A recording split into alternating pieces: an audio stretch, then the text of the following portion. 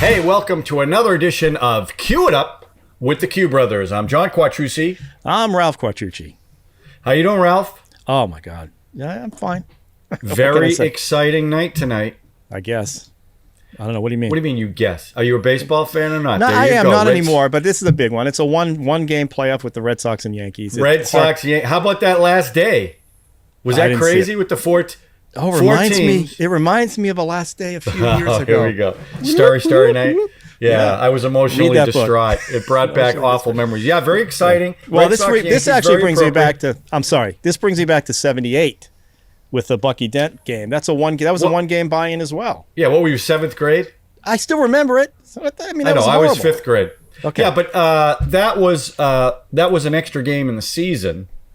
Right. This is the wild card. Right, but it's still like an extra game. It could have gone down to they could have had a 4-way tie Sunday, which means they'd have to have 2 games to decide who's going to play in the wild card to see who's going to get beat by Tampa Bay in the next round. Right. Okay. Because that's what's going to happen. Now, before we go on and introduce our guest, I don't know what you're going to talk about. Give me a hint, because I have a question if you're not going to talk about a certain thing. No, so what happened was we were supposed to have someone on tonight who bailed out at the last minute. So we've got someone as kind of a fill-in. So come on, don't treat him like that. I mean, he's important. someone who was willing to come on short notice. So we really appreciate it. I'm not undermining it in any way. Okay. So normally the person we bring on brings a movie. We talk about the movie, then we do some stream quests. So we're not going to do that. So I've watched a couple of things recently that I want to talk about. And one of them is Squid Game. Okay, fine. I will get there. But you're not going to talk about the big football game that happened on Sunday night. No, we can talk about that. I didn't know if you wanted to do that. We'll bring our guest in, and then we'll deal with that. So this is Is this an all StreamQuest show? Is that what you're saying? Oh no. It's not an all stream quest, but that logo is beautiful. So how can it not be an all stream quest if we're only talking movies? Is that what you're thinking? Because I'm going to talk about a movie I saw last night. And, okay. Before I go on, wait a minute. I also want to say this. We had Dylan on 2 weeks ago. My and we son, did your the Truman nephew. Show. That's right. And we have increased our subscription, so we want to thank everyone who subscribed. Hit the button. And again, I'm not above begging. The algorithm and the branded URL happens when you get 100 subscriptions. So please hit the subscribe button, smash the like button, and where are we at share now? It too, we're at 40. We're at 40. We're at 40. Yeah, 40. So that's good. We were at 19 2 weeks ago. So thank you, Dylan, for that. We're going to have him back on. Hopefully that'll help increase. Hopefully he'll be a little more technically savvy.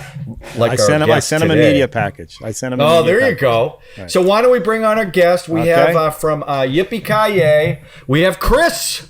Chris has been in the green room. Chris, welcome. How are you? I'm doing well tonight, fellas. Thanks for having me on. You're welcome. It's Chris Coker. Thanks for being had. One of our and you did your hair up nice for the show. Nice Excellent job. He's one of our newest mother podcasters. Control. The hits just keep on coming. Another Baltimore resident. So I just want to say that because they know that from Yippee-Ki-Yay. So we don't have to give his resume. But Chris, I want to thank you for coming on such short notice and being willing to talk about some stuff. So this is going to be kind of a free flowing thing where normally what we do is we have a guest bring a movie, but we couldn't do that this time. So because you are our guest, Let's back up a little bit. I want to talk about something before we get into the movies. So Sunday night, I went to the Patriots-Buccaneers game at Gillette Stadium. And it was, I've been a season ticket holder since 2001. So I am a huge Tom Brady fan. And as I've told my wife several times, if she wants to have an affair, she can have it with Tom Brady, but I want to watch. And that was the only, please don't tell my wife I said that. But I love Tom Brady. What he did for us for 20 years, I will never, ever forget. I myself went to 11 AFC championship games, in that time frame. And I think they went to 14. So very, very lucky. I was definitely, I was torn during the game because I wanted him to do well, but I also wanted the Patriots to win. And I have never been in the stadium when it's been that raucous. It was crazy in that stadium. And they were very supportive of him till he started, everyone knows that he starts whining to the referees. Well, he started doing that, and they all, you pussy, pussy! Everyone was screaming at him. But it was an amazing game. The Patriots almost pulled it out. I really thought they were gonna. Frankly, I thought they're going to get wiped out. I thought the Buccaneers were going to wipe out the Patriots. So the fact that it was such a good game for so long was great because it was kind of a win-win. They played well. Brady won. Everyone left relatively happy. So did you watch the game, Ralph? I did. And it was crazy, right? Yeah, I was sorry. I can't believe you wouldn't sell those tickets for $5,000 to $10,000. That's insane. No. And I was rooting for Brady the whole time. You were? Yes, Tampa Bay. I'm a big I'm not a huge fan like you are. I'm not into it as much as you are, but definitely I really appreciate Tom Brady. And some of my favorite memories are the Seattle game and the Atlanta game and all that stuff he did when he pulled those things. He didn't do it all, but a lot of it was his. And the Philadelphia game when you're at my house when they lost. One time I thought I'd actually go up there and see a winning Super Bowl. And they lost, but I don't know. I knew there's going to be a bunch of mass holes in the stands, and they're going to keep showing them. And I just, you guys cracked me up. I don't know. Ralph, I'm confused. I don't know what that means. What do you mean? And I did hear that you guys were booing him a little bit when he broke the passing record, and there was sort of mixed boos and cheers. Oh, I didn't hear that. Maybe that was fake news. There were definitely more cheers than I'm boos. sure there has to be. I mean, I'm sure the love was huge for the guy. There was. And, I thought they would do a lot more for him. They had a little thing at the beginning that they played on the video screen, but the rumor was they were gonna retire his number at halftime, and they did not do that. Chris, I don't know if you're a Washington football team fan or a Ravens fan. If you even watch football, I don't know what Washington football team. I'm a Raven. I'm not a huge football fan in general, but I root for the Ravens I follow the Ravens, yeah. Good team this year. They got a good team. It's nice to see them have a really solid win. I mean, they had a couple of real squeakers, and it was super exciting to see. The 66-yard field goal? That's incredible. What a leg on that guy. Well, there was a bit of a penalty right before that didn't get called. Well, they blew the call, but I don't care. He still made the kick. How about that? Your poor guy in New England missed that 56-yarder doink this side. 56 in the rain. I think they should have gone for it. It was 4th and 3. I'm like, go for it. No. If you don't make it, it's a 50-50 shot in the kick anyway. I don't know. The difference, though, but the Ravens, I've been to Ravens Stadium, and I've been to Baltimore, the Camden Yards. And when they play the Red Sox over there in Camden Yards, they hate the Red Sox, the Baltimore fans. Oh, yeah. And they pleasure in the time John and I went, and the Red Sox lost in the last game of which I wrote a little piece in Story. I was emotionally crushed. John was emotionally scarred. You can check out the book. Scarred. Check out the book. Ralph explained it beautifully. Story Night, I looked page in 62, his eyes I think. and knew his life would never be the same. Yeah, some of my best writing. That's what it was. It was. Some of it was real too. Some of it actually happened. Yeah.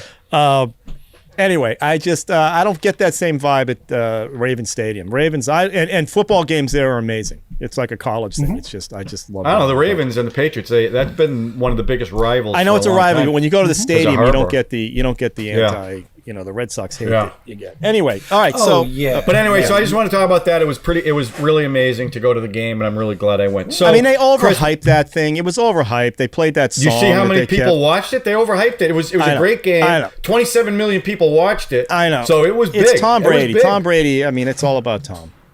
And he didn't have that great a game. Our quarterback outplayed him. So that's what I mean about the best of both worlds, because here's the thing, Chris. So I'm a card collector, and I've been a card collector since I was 10. Mm-hmm. After Brady won his second Super Bowl back in 2003, I went online and I bought a bunch of Tom Brady autograph cards because I said, 2 Super Bowls, if he wins one more, these could really go up in value, right? Well, it's funny because today I went online and I started looking up the cards that I bought, and one of them was on eBay for $28,000. Wow. So you know what? Listen, I have videotapes in my collection, Black Diamond Disney films, that you go on eBay, and some of them are going for $32,000. Okay, but the reality is that someone just jacking up the put one on there and let me know when you get the $32,000. I'm not saying I'm going to get it. I would never sell my Black Diamond Disney videos. As long as Brady, every touchdown throw Brady has. Every Super Bowl he plays in again, it's like the stock market. It's just going up. Why don't you give those as gifts? Give those as gifts to your family. So anyway, Chris.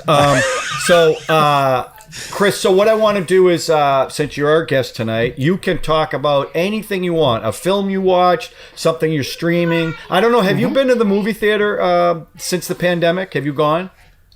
I've only gone to Benji's Drive-In. We have a operating drive-in down here in Baltimore. And it's awesome. I've gone there You a haven't few been in an times. indoor theater yet. How about you, Ralph? Have you? I have been on both. I've been Okay. at Benji's and I've been indoor. Okay. Interesting. But I am- What'd you see at I am Benji's? What'd you see at Benji's? I saw, like I said before, one of the most drive-in movies you could ever see, Godzilla vs. Kong. Oh, you yeah. saw that? Yeah, and then we also saw, last time we went, we took the kids for the first time and we saw Jungle Cruise for the first feature, and then the second feature was Shang-Chi and the Ten Rings. Unfortunately, how'd you like that? the first half of it was great. I didn't see the second half because they literally played 40 minutes worth of trailers in between the first and second So everyone was feature, wiped out. and the kids were they just couldn't. So I hate putting on my reverse lights because that angers everyone. But I had to get out of there. That's a great screen. The screen is huge. And, it is. They're very particular. That's funny. You can't take any Kong pictures. Kong versus Godzilla is the film. Ralph was in town. We saw that in the movie theater. Yeah. IMAX. Yeah. That'd be Yeah. a good drive. I think great. that'd be a good drive-in film, actually. It is Oh, a with good that drive. giant screen? Yeah. Yeah. That's All where I All saw right, Chris, Malignant. take it away. Take it away, Chris. What do you want to talk about? Anything you And want. you've got, Chris, you got 30 seconds. Go. Speaking of, though, I will say this though, I'm making plans to see Dune in the theater. That's happening. Yeah, I want to see that too. Looks great. Yeah, I'm really excited about that. Well, speaking of subscribers and things of that nature, I don't know if you guys have been watching Only Murders in the Building. With Steve Martin and Martin Short? Yeah, and Selena Gomez as well. It's pretty I heard fantastic. it's really good. I've watched maybe the first 5 episodes now. I think there's maybe 10 total, and it is really not surprisingly, it's very clever. It's very smart. It's just really enjoyable. It's only about a half an hour long, so it's not like a huge, you don't have to like really commit to it. But Only Murders in the Building, I can't say enough positive things about it. Where's so that was really streaming? good. Did you say that? Hulu. It's on. Hulu. Hulu. Is it a comedy? Is it a Yes. dramedy? It's a No, comedy. It is a straight Okay. comedy. Because it's about a murder. It's literally a murder in their apartment complex, right? Yeah, basically they live in this old kind of fabulous New York building. They joke about it. They're like, yeah, we bought in like 30 years ago when things weren't bananas and that kind of thing. So, but it's really, and it's funny too, because the building is almost a character, and in the show itself. And it's basically about this, a murder that's originally written off as a suicide. And you're never really sure because it does kind of take a real nice look at the whole true crime podcast phenomenon that's going on. Oh, these that's days. Ralph's thing. And, True crime. It kind of looks at that and is like, okay, maybe we're seeing things that aren't really there. And so that's kind of the way it starts, and it starts like that and they're convinced. And basically that's how these 3 people who quite honestly have nothing in common with one another, start talking to one another. And then they meet when, during a fire alarm because of the fire alarm, they find the dead body. Anyway, they meet at this bar and they're like, oh my God, you're listening to whatever the name of the podcast they were listening to. And so that's kind of how it all starts. And they decide. So Martin Short and Steve Martin don't have a relationship prior to the murder happening? No, I mean, it's one of those things where they both lived in the same building for 30 years, but it's very New York in the sense that you never meet your neighbors kind of thing. There's that element of it too. I mean, there's some additional backstory that you learn about the characters and things like that. But Martin Short is fantastic. He's really good. And of course, Are there somebody playing a podcaster in this, or is it? Yeah, they're starting their own podcast. What it is essentially, and you learn this relatively quickly, is that Martin Short is kind of a washed up Broadway director. And so he's trying to, he has to be producing something. He has to be entertaining and things like that. So there's that part of it. But it's really good. I highly recommend it. Those two are raving about, I've seen them on interviews and stuff, raving about Norm Selena Macdonald. Gomez, right? Oh, so really? They She's are raving terrific. about working with her. Like they love her. The two, Steve Martin and Martin Short. Yeah. She seems to be like a really, engaging and interesting person. I've read that about other people that have worked with her over the years. I want to say Bill Murray and she did something together at one point. Maybe. And like Bill Murray said about how great she was or something. I don't know. Wow. It's just one of those things because, you know, she starts off and she's like this, you know, wasn't she like a Disney teen? Like she was a teen singer. I don't know her backstory. I mean, I know she's around. But she's done, you know, she was a singer first, and then she. Yeah, I don't see keeping up with those two. I mean, you know, you get keeping up. They said on those two. They said they're trying to keep up with her. Part of it is that they're so old and so out of it that, you know, in music they talk about that she's keeping them like current and stuff. And they just, I'm telling you, the way they talk about her, the relationship they have with her, doing the show. Is pretty sweet, actually. It's nice to hear them do that. You know, those two guys have been around forever, and you know, like they don't need this stuff. It's amazing how these guys just keep going. But you give it, you like it. So far so good. Oh yeah, Can I really stream it all at once, or do I have to wait for the thing to? No, Hulu you gotta wait. Hulu normally you have to wait, but I think all the episodes are out now, so you can binge it if you want it. Yeah. Well, I mean, they came out week by week, but it's been out for a long enough that all the episodes dropped. Good. I'm glad I didn't hear about it till now. Yeah. Yeah. The other thing I've been watching is also on Hulu, which is called Y: The Last Man, and it's science how fiction.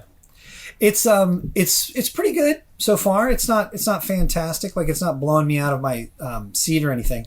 It's based on a comic book, and I actually read the comic book when it came out like 15 years ago. Yeah. And it's one of those. It is one of those comics or stories, let's just call it, that was like optioned the moment it came out, but it has literally been in development hell for like 10 years. And it's now finally gotten made. It seems pretty close to, you know, the story. But what's interesting about it is it was written by Brian K. Vaughan, who wrote a number of Lost episodes, probably most famously. He's a big comic book guy, but he did write some episodes of Lost. And but this show has been, it's mostly run, directed, and the teleplays are written by women, you know, as opposed, because it's essentially mostly, well, there is one guy that's left on the story is everything, mammals, men, women, you know, men, everything with a Y chromosome. So all males have died except for these two, this guy and his pet capuchin monkey,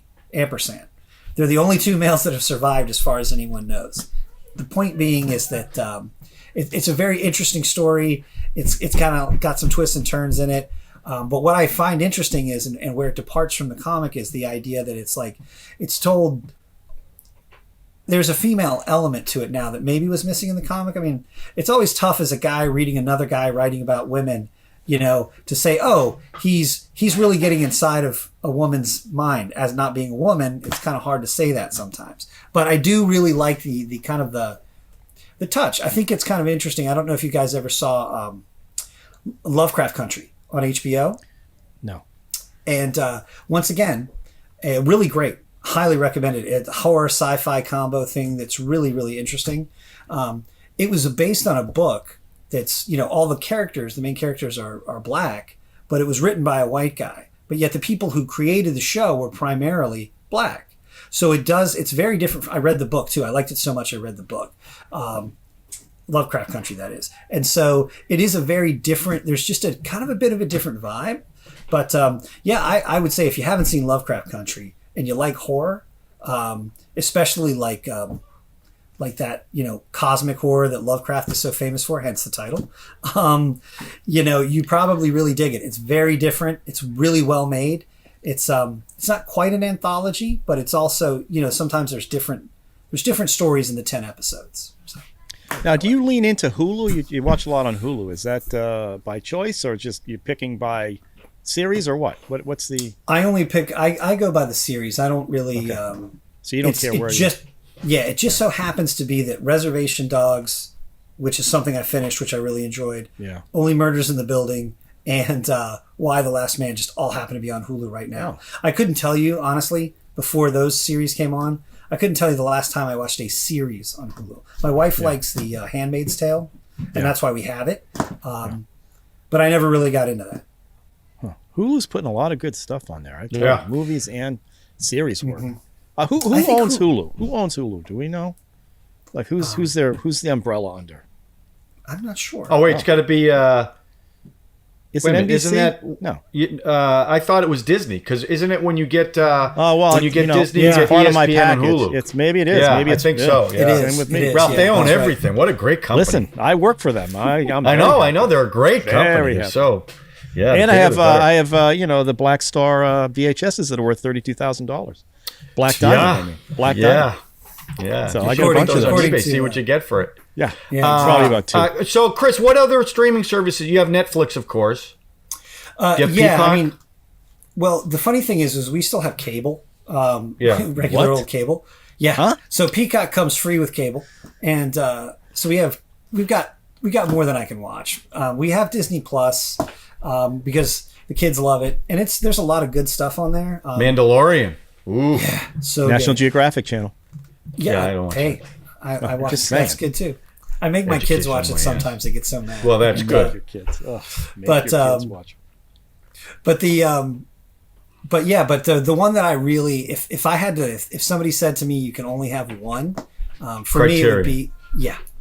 Yeah, I know that's the one I don't have. You know, it's funny because I pay a ton of money for DirecTV, and I have all the movie channels. And I said to Rose the other day, I watch almost zero movies on DirecTV. I watch streaming. I mean, I watch a lot of the other channels that are on DirecTV, but not the movie channels, and that's what you're paying for. So I'm about to dump it and keep HBO just so I can keep HBO Max and get rid of everything else. Probably save $100 a month on it. Criterion. Because I do like stream. It's amazing. Yeah, well, that's the one. If I get rid of DirecTV, I'm going to get a couple more channels, and that would be one that I would definitely. Plus, you can watch TV when it rains too. Think about that. Yes, yes, that's true. Ralph. Just saying. All right, so Ralph, how about you? What do you want to talk about before we get to your that famous stuff. logo? Oh, wait a minute. So know, this is not stream? I don't understand. Well, Chris can talk about whatever he wants, so you can talk about what you want. If you want to go right to what you're streaming, then we got to see the logo. Well, this is a combo. This is a combo streaming. Okay, so so I want to talk about The Many Saints of Newark, which is the new the Sopranos. Just read a horrible review on that. Okay, I'm going to talk about the horrible reviews. I was a Sopranos watcher from day one. Yeah, you And I always talk only about it. watched it on the Sunday night it came out. I literally watched every episode every Sunday at appointment television. So obviously I'm a big Sopranos fan. So I hear about this film coming out and I'm getting excited about it. Everybody's talking about it. It's a Tony Soprano. Do you guys watch the trailer? Looked great. The trailer looked great. Did you guys watch the series? Chris, did you watch Sopranos? No. What is wrong with you? John, did I you know, watch the whole I thing? know. Yeah, I Like did. the weird- I did Okay. because James Gandolfini was just amazing. In Okay, that so show. before I went and saw the film, there's this guy on YouTube called Kino or something. He has done a breakdown of every single episode of The Sopranos. So for about a week, I have been knee deep in rabbit hole of Sopranos, just watching everything this guy put out, on top of going back and literally watching episodes of The Sopranos. So I got myself all jazzed up. The one mistake I made was I read a review before I went and saw the film. I saw the film in a movie theater. And and the review from Kino, this guy who does all these, he's a Sopranos lover, was not a positive review. He had a couple good things to say, mostly negative. I don't feel that way. I feel like it's as a mob film. If you compare this to Goodfellas and Godfather, it's not up to the level of those. Okay. Wait. Goodfellows? I didn't see that Goodfellas. one. Goodfellas. Oh, okay. Goodfellas. Okay. Oh, I'm sorry. Goodfellas. I wear Goodfellow jeans from Target, so I'm looking for a sponsorship. That's why I said that. But the other problem is, or the other situation is, I'm an easy mark. Like I go into most films, and I'm not super critical on films, and I loved every second of this film. Loved every second of it. Now I know it's not up there with the other ones. I know, and I wasn't expecting this Tony Soprano origin story. I kind of got a vibe of what was going to happen. And they're focusing on his Christopher's father. What's his name? Maltasani, obviously. Dickie Maltasani, played by who's great?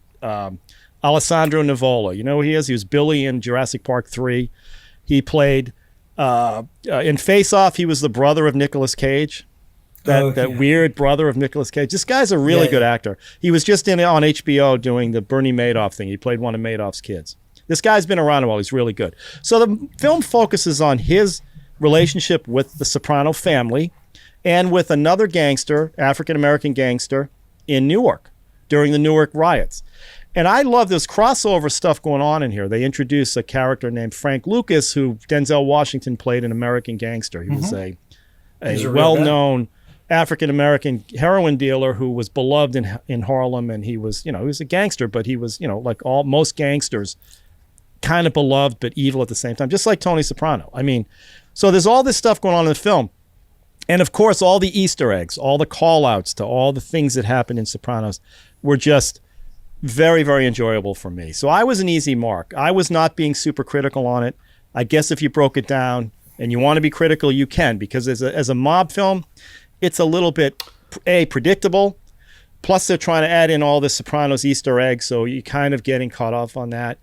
But there's some Ray Liotta does an amazing job in the part he plays. Like I said, Alessandro Nivola is really good as Dickie Moltisanti. The woman, Vera Farmiga. Who played his mother? Vera Farmiga played his mother, Vera Farmiga. And just nailed it. Nailed her. And again, you're getting those, like I said, you get poor you. You're waiting for that. Tony meets Christopher as a little baby, and Christopher's crying because he doesn't want to be near Tony. And it's narrated by Christopher, who's dead. So it's like what's that movie, Sunset Boulevard, where it's being narrated by the guy who's dead. Yeah. So it starts with Christopher saying, I'm like dead, Michael I'm here. Imperioli, the guy who played. And it's like, I'm here because of Tony Soprano, and they say it's. So what happens is at the end of it, something happens, and they bring in the Sopranos theme, and it's like, holy cow! It's just like, it's amazing. I thought the film was wonderful. I wanted to go to the movie theater because I only saw The Sopranos on TV on HBO, so I wanted that feeling of being in a movie theater. All the call-outs I thought were great. Uncle Junior. You see all these people. Tony Soprano's father, Michael, Gandolfini, who is James Gandolfini's son, playing Tony as a young man. I thought did a very, very good job. I really enjoyed the film. Now it is getting some. I saw it pan. Yeah, critics are not happy with it. It only made $5 million in the first weekend because everybody's seeing it on HBO Max. They don't want to go out and go to the movies. So I don't know how that's going to fare for it. I think David Chase is a genius. This was not directed by him. Was it on par with the show? You said it's a good mob movie, but was it on par with the show, The Sopranos? I would say no, based on it as a standalone film. But because because if you're a Soprano lover. And I was not expecting a Tony Soprano origin story. I wasn't going to buy into that. I just wanted to see him continue the story because I love the story so much. I love the characters he built. They do little tricks like, Silvio with the hair. So now we discover how he gets the hair. Paulie plays, Paulie who's, there's one scene where they're torturing a guy. He doesn't want to get blood on his jacket because he doesn't, he's a neat freak. So, they're playing with all the Soprano things that you really loved. And I think some people found that a little distracting. And like I said, to compare it to other mob films, it doesn't quite reach that level. But Ray Liotta alone is worth seeing this film. It's interesting seeing Gandolfini play his father. Tony Soprano was he good? I mean, I didn't know he. I didn't even know he acted. He was very good. He was very good. For what he's not doing a whole hell of a lot, but it does answer some of the questions you had of his. Yeah. His family life was completely effed up. I mean, there's no. Now you know why he's in therapy in the show because he grew up around all this stuff. It's just. So let me ask you. Okay, let's ask the question then. If you are a fan of The Sopranos, will you like it? And if you've never seen The Sopranos, will you like it? I think if you're a fan, you will like it. If you're not a fan, it's not a good film. You'll be not bored as good as Goodfellas. No way. And even if you're a fan and you have high expectations that this is going to solve, this is going to answer everything, you're going to be disappointed. But just if you're a fan of David Chase and you're a fan of the characters that he created, I enjoyed watching every second of it. Every little call out he did, every little trick that they did. Did you go with Maria? No, I went by myself. You went by yourself? I enjoy going to the films by myself sometimes. Well, no, listen. I mean, I'm looking at the TVs with the pictures of you behind you, so you're your biggest fan. I mean, I'd go. I am. I like I do like how I look. Very nice. How many people were in the theater? I'd say 30. And this was the night it came out. So that surprises me that you're a big fan of a show that was on TV, yet you wanted to see it in a movie theater. I wanted that experience of seeing these characters in a movie theater on a big screen. Yeah, interesting. Yeah. All right, and now what's happened though is now I'm watching every episode again. Right. Yeah. What It's are you going to renewed. say, Chris? I did this when James Gandolfini died. I went back and rewatched a lot of it. Now I'm watching every episode again, and it's funny. The film does give me like some backstory Context. some context of why things happened the way they did, and I really enjoyed that. And like I said, David Chase, genius, Brilliant. So yeah. All right, Chris, go ahead. Sorry. Well, no, I was going to say it is kind of interesting. I'm not surprised that it didn't do very well. For one thing, right now, only the biggest of blockbusters seem to be really performing at the box office. Like Venom, right? And of course, since there was, like you said, but at the same time, I could see how, it's a television show. That's the most way everyone consumed it. And it's on HBO, which is where they consumed it from. I can see where a lot of people, I'm sure the streaming numbers were terrific for it. I'm actually surprised that they chose to put it out theatrically, because it's based on a TV show that it was a beloved TV show that people watched on HBO. So it's like, why not embrace that? It seems to me that's the movie. Well, because that. To defend Chase again, Chase didn't want it streaming on HBO. He wanted it in the movie theater only. Yeah, so, but he makes a deal with HBO. He does this. His original concept was a film. It was not a TV series. He pitched a one film, a 2-hour. Wait, so film. is this going to be a series now? No, I don't think so. Okay. No, but I would like to see. I would go and see a continuation of what he's done. Well, if it was a gigantic hit, then they might do that. Well, I think they might. I mean, the thing is, people are upset that he branched off into the Newark riots and stuff, and that they brought this whole African American, gang stuff into it. I thought that helped. It just rounded out the film, I think, nicely. And like I said, that Frank Lucas character. If you ever seen that film American Gangster that Denzel did. Yeah. I mean, he does an amazing job. Now, of course, they're glamorizing who this guy was. Less in this film, actually, than in that film. But it's in there. It's a crossover, and I kind of like that. And I like seeing these characters interact. And he did some things that, in hindsight, I'm looking back, they were kind of genius and interesting. The scenes Maltasani has with Ray Liotta in the prison that when second look, you realize what's actually going on there, and it plays with what was going on in this series, and I really appreciate that. I think David Chase, his integrity to hold to the characters and his feelings about what he was trying to do with this show, I think, are still there, and I really, really enjoyed it. And I know it's getting panned, but I don't care. I'm a big fan. Are you on a first name basis with Denzel? Is that what that was? Is that what I did? Yeah, you did. Okay, that's pretty amazing. Cool. I like that. Denzel, well, he's cool. Sometimes Denz. I call him Denzi, but that's so. Well, very good. Well, I'm glad you enjoyed it. I'm glad it kind of fulfilled your Sopranos need.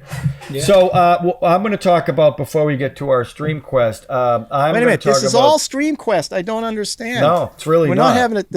You went in the movie theater. You went in the movie theater and saw that, Ralph. That's not Stream Quest. Okay, but I'm not going to talk about. Okay, and I'm not going to talk about something I streamed. I'm going to talk about something I went to the movie theater last night to watch. Nice. In IMAX. The number one Citizen blockbuster Kane? this weekend. Venom. Oh, wait, comic book Let There film? Be Carnage. Okay. Nice. Now, I enjoyed the first movie. It was quirky. I didn't love the first movie. What I loved was Tom Hardy in the movie.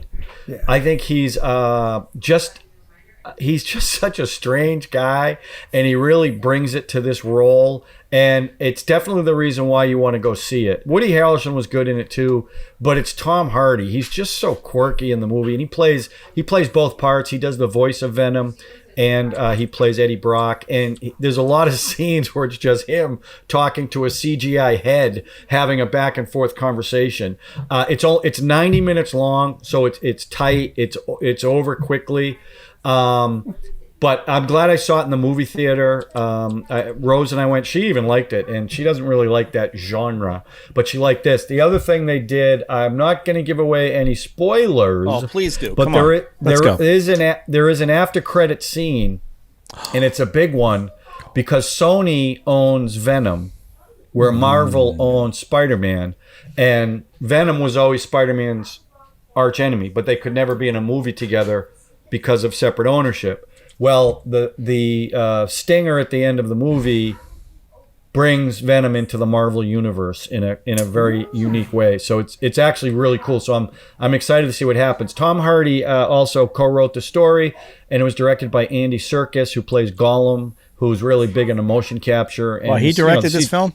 Yeah, and Oh, wow. he does a really nice job. I mean, obviously the CGI is great because that's all that guy does is motion capture. Right. But the reason why, I mean, the movie's okay, the plot's okay, it's not great, but Tom Hardy is just so good in this. He's just so funny. He's good. Tom Hardy's good in everything he does. But in this, he's just so. I mean, you look at every review of the first movie. No one really liked the movie, but everyone says the same thing. They really liked him because it was so bizarre. And he's not quite as bizarre as the first one, but he's still out there. And they do a good job of it. It's really, it's almost like the movie's like The Odd Couple. That's what it kind of is for like 75% of the movie. And Woody Harrelson plays someone who gets a symbiote that's a serial killer. Wait, back up. Somebody gets a what? A symbiote. That's what Venom is, a symbiote. An alien being that takes over your body. Yeah. So Woody Harrelson Ralph. gets one, but Woody Harrelson's a serial killer. So let the fun ensue. But I would tell you, if you want a movie to go to the movie theater to go see this one in IMAX. It's in IMAX 4D, but I can't stand 3D and 4D. I hate it. The only movies I liked was Avatar, which was great in 3D. You mean Avatar? What's Avatar? Oh, Avatar. It's like Goodfellas. And, Goodfellas. And I also like Doctor Strange. That I saw that in 3D, and that was worth it. But it gives me a headache, and it's too dark. But Chris, did you see Venom? You know, it's funny. No, I didn't actually. And I'm a big fan of comic book movies in general. Marvel movies in specific. And well, that's because DC movies suck. I mean, not always. Please. Here's the thing. Yeah, it's funny to me that how DC does such a good job with its television TV programs. Absolutely. And Marvel's TV programs are nothing really. I mean, I haven't watched the ones on Disney Plus. Actually, that's not true. I did watch WandaVision, and that was enjoyable, but I haven't seen the other two yet. Anyway, the point is that DC does such a great job with its I know. I mean, they basically are the CW. Everything on the CW is basically a DC show. But it's not just that; it's the animated stuff too. The DC animated stuff is great. Ralph, we're losing Ralph, but I don't care. Nerd alert! And you know the other thing, Chris, the DC characters are so much more iconic than the Marvel characters. Yeah. They really are because they've been around a lot longer. Yeah. They're much more recognizable, and they screw them up. Like Superman in 1978 is still the best DC movie. It still is the best. I think it's better than any other movie that's come out. Wonder Woman was really good. I enjoyed that. But I think Superman the Motion Picture is the best one. I really do. I'm going to go for DC. I got to go with Batman Begins, man. That movie was great. Yeah, but even that was no, isn't the middle one the best one of that group? Yeah, most people because think so, of Heath Ledger. Heath Ledger's the Dark performance Knight. of the Joker's true. Yeah, The Dark Knight. Yeah. No, I think the third one's not very good, but it's not terrible, but no, but not compared to the other two. Yeah, the reason I always liked Batman Begins is the reason I always say that's probably the best Batman movie. You can argue about Superman, the Richard Donner Superman 1, but how would you argue? I don't get when you argue about what. Whether that's the best one? Comparing the two. Which one is better? Yeah. The reason I like Batman Begins is for once they got Batman right. The idea that the real guy is Batman and the fake identity is Bruce Wayne. Right. He's really Batman. He pretends to be Bruce Wayne, but he's actually Batman. That is who he truly is. That is his real identity. Right. He is himself when he puts on the mask, and no other film got that right, you know. And it's also for that type of movie, it's fairly grounded. Yeah, you know what I mean. So I like that too. But for me, Ralph and I have had this discussion because we've done Superman a couple of times. All these movies wouldn't exist without Superman. This Donnerverse. And it's funny because I've said this to Ralph before. He flies around the Earth backwards, and even when I was like 6 years old, I was like, that would tear the Earth to pieces. It wouldn't turn back time. That has nothing to motion Listen, and time have nothing to do. I with wasn't happy when he pulled off his emblem too and threw it at one of the guys, and it was like a blanket. That was in I didn't 4, like that though. either. What was that? That was in 4. Was that That the was first Superman one? 2. That was Superman 2. Oh. Yeah. But wasn't that the Donner version, not the Irvin Kershner version? That was not the Donner version. That was Richard Lester's version with the the beams coming out of the hands. You're thinking of Empire Strikes Back. That's Irvin Kershner. Irvin Kershner. Irvin. So why did you see Kershner Venom? Oh, I just never got around to it. Like You should. Because who cares? No, well, Nerd part of alert, it is nerd alert. I will say this: there are so many. They pump them out. It's like hard to keep up in some ways, you know. Like, And to be honest with you, like I haven't even seen Captain Marvel. Like, yeah, well, I wouldn't even waste my time with it. Oh, really? Well, then, because funny enough, I was just rewatching this movie that I actually remember. I went and saw it in the theater. It's called Alita: Battle Angel, Robert Rodriguez. Oh yeah, movie. It's completely bananas. I mean, completely bananas, and I love it. The big wide eyes. Yeah, exactly. And with the computer eyes, they're Ralph. just really Ralph doesn't care about this at all.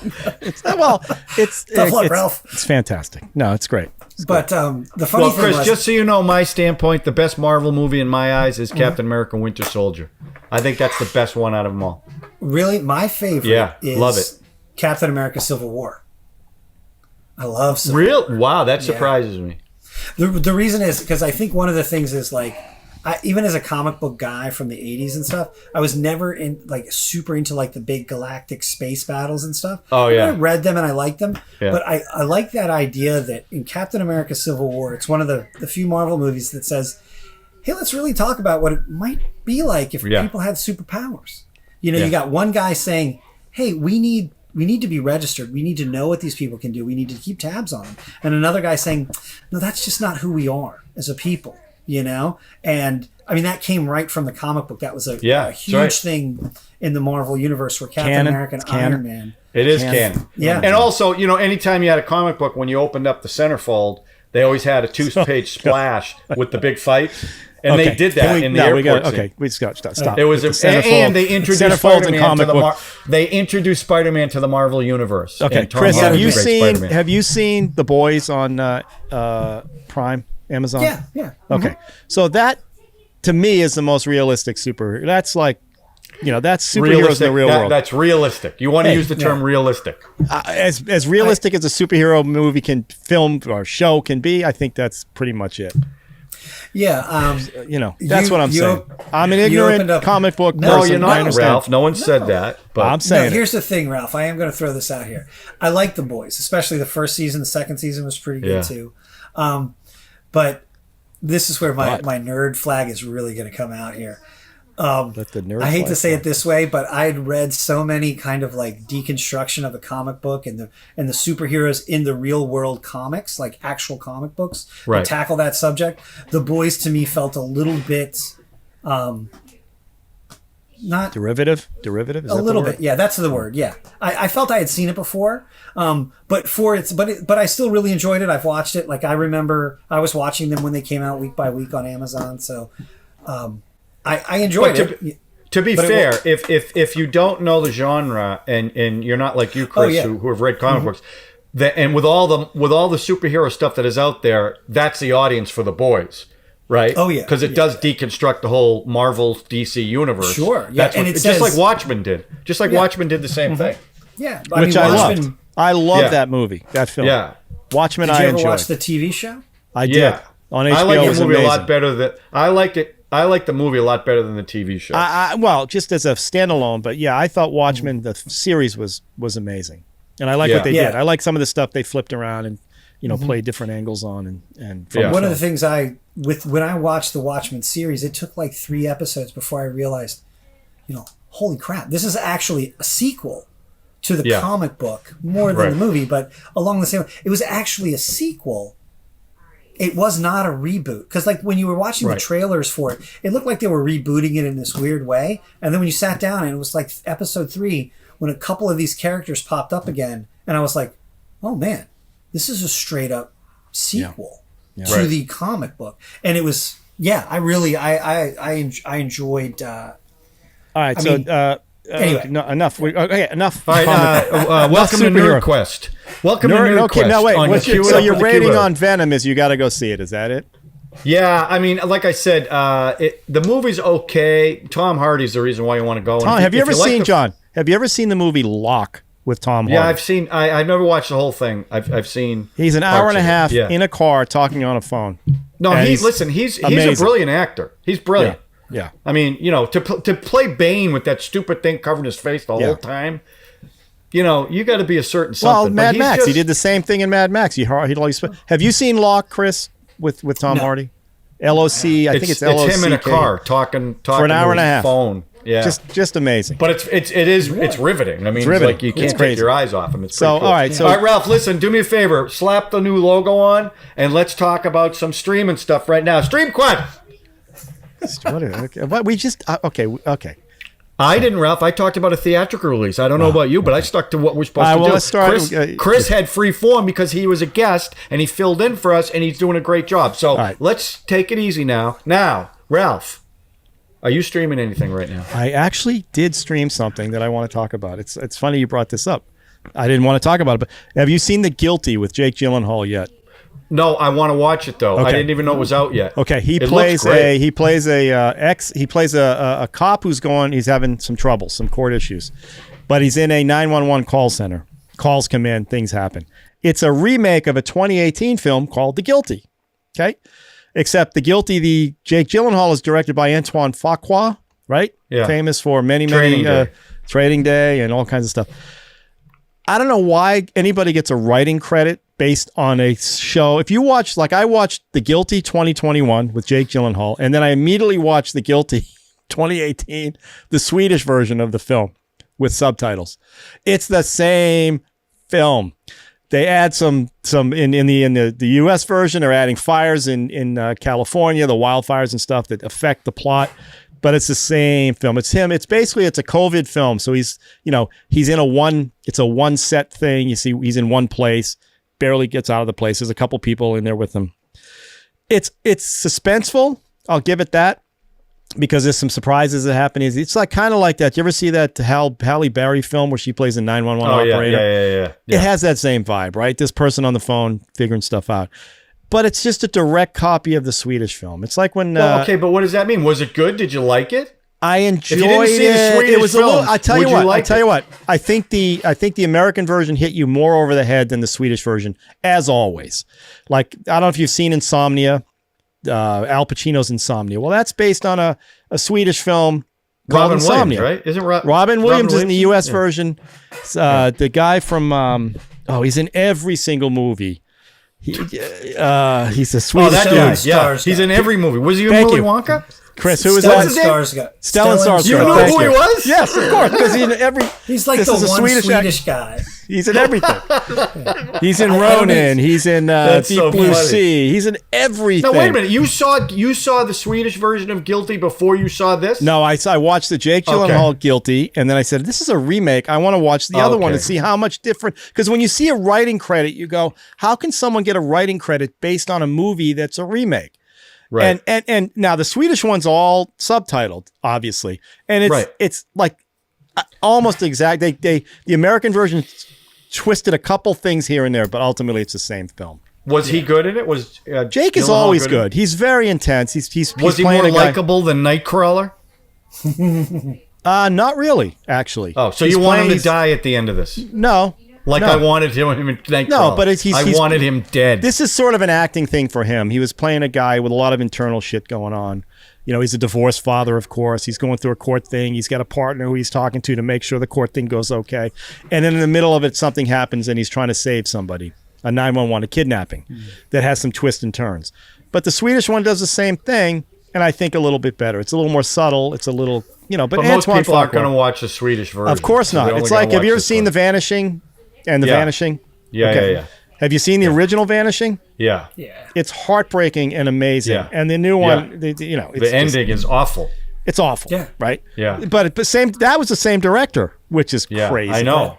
Well, because he had to because he knew the American audiences would never go for that. Right. Yeah. No, not stupid. They just wouldn't go for that. Anyway, I think The Guilty 2021 is pretty good. I think probably a better film is the 2018 The Guilty Swedish film. Okay. So, all right. That's what Chris, I streamed. do you want to bring up anything else?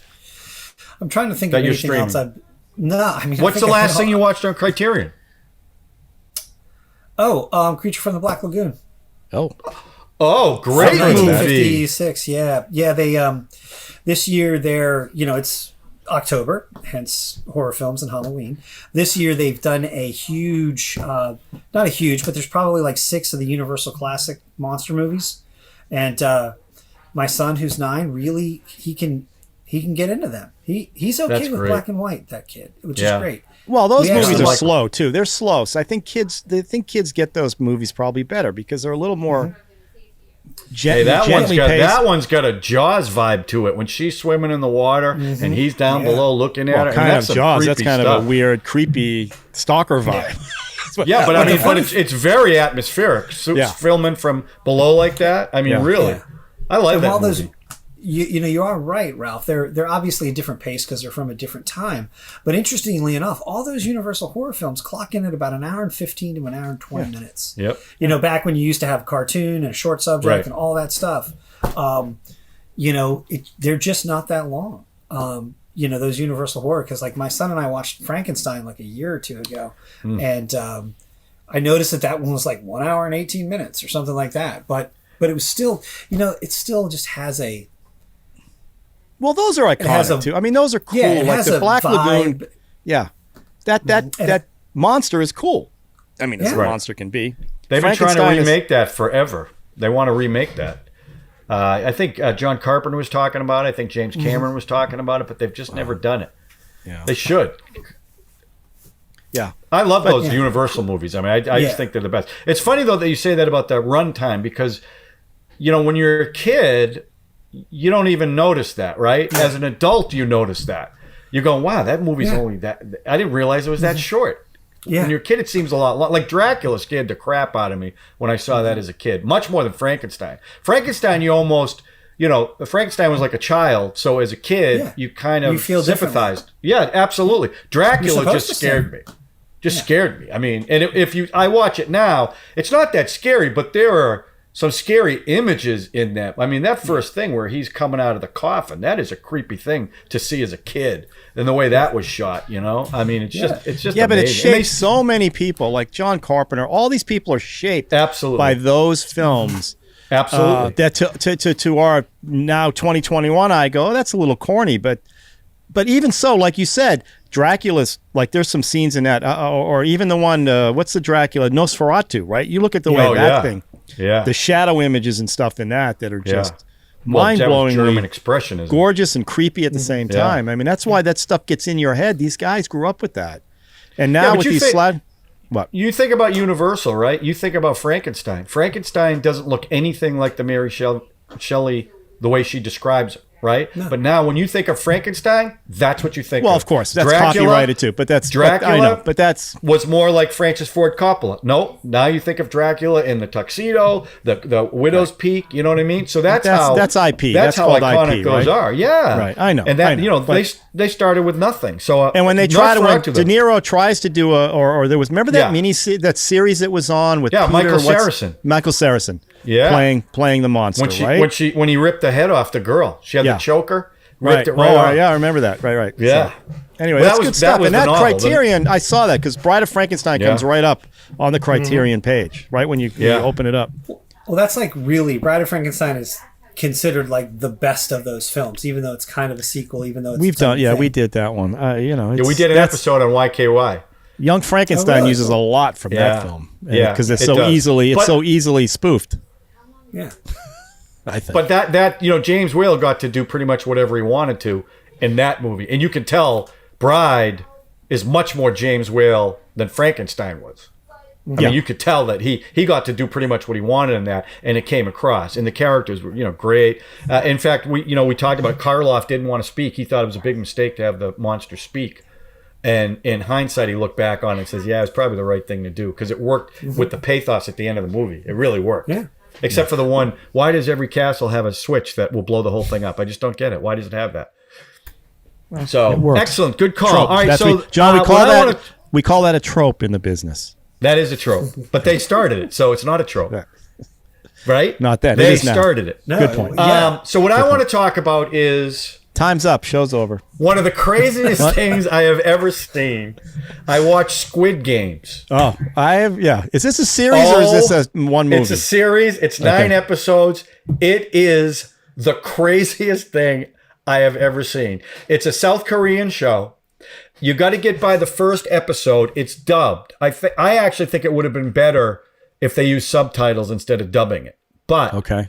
once you get past that and get past the first episode, which is pretty much all exposition, it is freaking crazy. It's like the Hunger Games with like so much more violence. Have you ever seen Battle Royale, John? Have you ever Yes, seen Battle yes. Royale? Oh, Okay, yes. so that's Yeah. Okay. So it's kind of like that, but I don't want to give anything away. But here's the plot.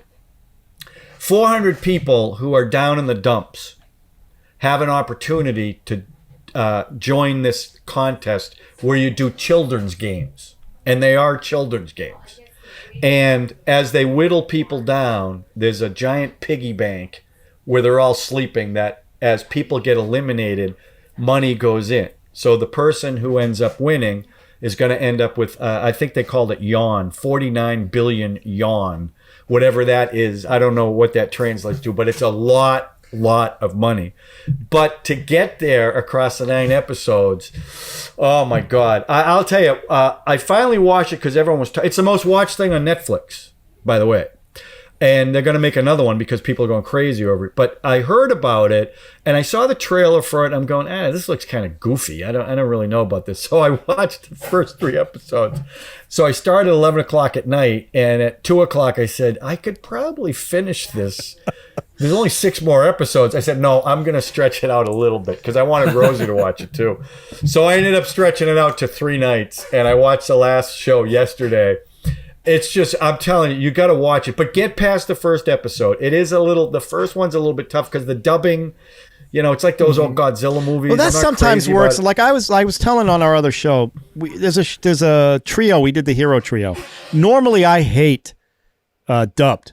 I want to see subtitles. But every once in a while, it works the way it's supposed to work. Like it adds an element to the movie that you wouldn't get if you had to read everything. I don't think in this movie that's working. It would have. I don't think it added anything. Not with what's going on in the movie. I know people are playing like red light, whatever. They stop. If they move a little bit, red light, green light. They're done. They're blown up. Once I got past the first episode, then the dubbing didn't bother me at all. You know what I mean? Because I was so it's all into done. what You was can't happening. subtitle at all. You got to watch double the whole time. There's subtitles only when there's words in print in Korean. Okay. They would subtitle what it said, but that's it. Nothing else. So that was a little, at first I was like, that's kind of weird. Why would they do that? Because you guys have gotten me to watch foreign films that aren't dubbed, right? And I actually enjoy that. I didn't mind, like the Godzilla one we watched. I don't remember which one that was. Shin Godzilla. Yeah. I really enjoyed that version movie. Versus the American version. And the fact that it was subtitled didn't bother me. But I'm telling you, and I'm not going to give anything away because I want you to experience it, but it's freaking crazy. So all I've done since I've watched it on YouTube, they've got, what did you miss? Here are the 10 things you missed. Here's why this happened, or what the F happened to this ending. So I've been watching it all and going, oh my God, so much stuff was going on that I didn't even pay attention to. But you gotta watch that show. It's insane. I'm just telling you, you gotta watch it. People out there, watch it. Now listen, there's a lot of viewers that are upset over the violence in it. And it's violent. And there's no sugarcoating it. Is it cartoon violence though? Is it just like heads lopping off, or is it torture porn violence? No. It's okay. It's because there's a if it's cartoony, it's not torture. It's not. Well, it's not. I mean, it's not really cartoony. I can't. I know. That. Like when you watch, the movie I mentioned, Battle Royale, right? That's Hunger Games, like from Japan. Yeah. It's like holy but it's kids killing kids in that one. Hey, listen, John Wick. It's like violence in John Wick, right? Right. Where it's shooting, you see the blood everywhere. Right. But the cast is really good. And I've watched interviews with them and how different they are from the roles that they played. It's really funny to see the contrast. But It's good, and you get invested in people. It's like, you know what it reminded me of? Oh, this is going to sound so stupid. But Band of Brothers, what I loved about Band of Brothers was you had no idea who ends up making it out alive after World War II. So you're invested in these characters. And when someone you were really invested in got killed, you really had a visceral feeling. It was kind of like that in this show. You kind of knew who was going to be the winner, because they definitely foreshadow it. But some of the people who get eliminated, I like when shows, but I like when shows do that. They do that a lot lately, where someone you think could never get killed, nobody's safe. Is gone, right? Nobody's safe. Yeah, so that's I hate to see people get killed, but I mean, it is. Well, I didn't say they get killed. I said they get eliminated. Okay. So I don't want to give anything away. All right. Okay. And you'll love it, Ralph, because the only Americans in it are capitalistic pigs. Nice. Who they absolutely destroy. Like these are scumbags. They deserve what they get, is what you're saying. No, well. No, they don't get anything really, but they're just portrayed. The only Americans in it are portrayed as capitalistic. You'll friggin' love it. It's like a documentary, is what you're saying. Yes, basically it's like a documentary. Yes, now that you mention it, yes. And it's very interesting. Like they play kid games, adults playing kid games, so it's like a full circle thing. You did this when you were a kid. Yeah. Now they're having a tough time. Now they're going back to their childhood. But it's the set design is unbelievable. It's just a strange show. That's getting a lot of reviews. Yeah, it's I know. But I would definitely check it out. It's like I said, crazy is the only word I can describe. It's a good eclectic show. There's a lot of different things. This was all over the place. Maybe that'll get us some subs. Maybe. Chris, you can get us a few. Anytime we have guests on, we have to say, hey, can you get us some subscriptions? They don't even have to watch it. Just subscribe. Just subscribe. Well, you know what? Yeah. You're going to get at least one more. You'll get at least one more. What? Jen won't even pop in there? Come on. What do you mean? What about your wife? Yeah. What are you saying? Is that too? She always have to watch it. A guest, she doesn't ever. I don't think she logs into. John, she hates YouTube. Brad Pitt and Ethan Hawke. Oh yeah. I don't know. How can anyone hate Brad Pitt? I don't know. I don't get it.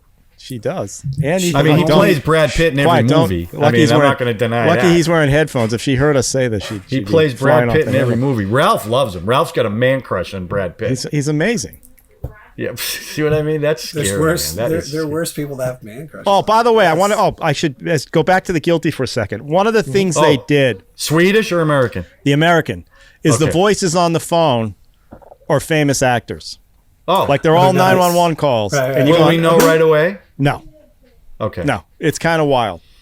Now, maybe in the Swedish version, they were famous Swedish people. I have no idea. Well, from what I understand, there's only one guy who's famous in Sweden. He probably played all the voices. He did. What's his name? Stellan Skarsgård. The Stellan Skarsgård. I know who that is. Guy's amazing. He does everything. Yeah, he's in Ronin. It's got the list. He's a good actor. Yeah, he's great. All right. Well, listen, Chris, again, thank you so much for coming in at the last minute. We really appreciate that. And I will definitely have you back, and you can bring a film that we can watch. Oh, you're so lucky, Chris. It must be your nerd status. It's so lucky. He never invites people back. This is amazing. That's not true. I told Dylan he could come back. You wanted him back every week. I just wanted him back later on. Hey, if he gets that many subs every week, plus he's my son. I like to see him. Okay, Ralph, but in the Red Productions, you've got all these shows. This one isn't yours. You're just the producer of it, okay? God almighty, you got to have everything. I think I own the IP for this one, though. You probably do. Wait, doesn't, not Stream Quest. I think Drew owns part of that, right? I don't know. I think that's what you told me. It's a different story. Okay. So, Chris, think of a film next time we have you on that you can bring that we can watch, all right? Oh, yeah. That's your homework.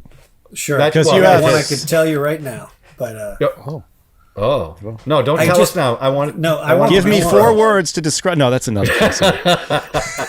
No, that's that Strange Brew show. All right, so listen.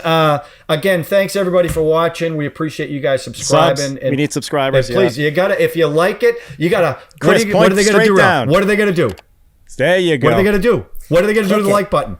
Hit the pound it, crush it, smash it. I don't know. Smash it. What do I know? Smash that like button. I'm an old dude. I know you are.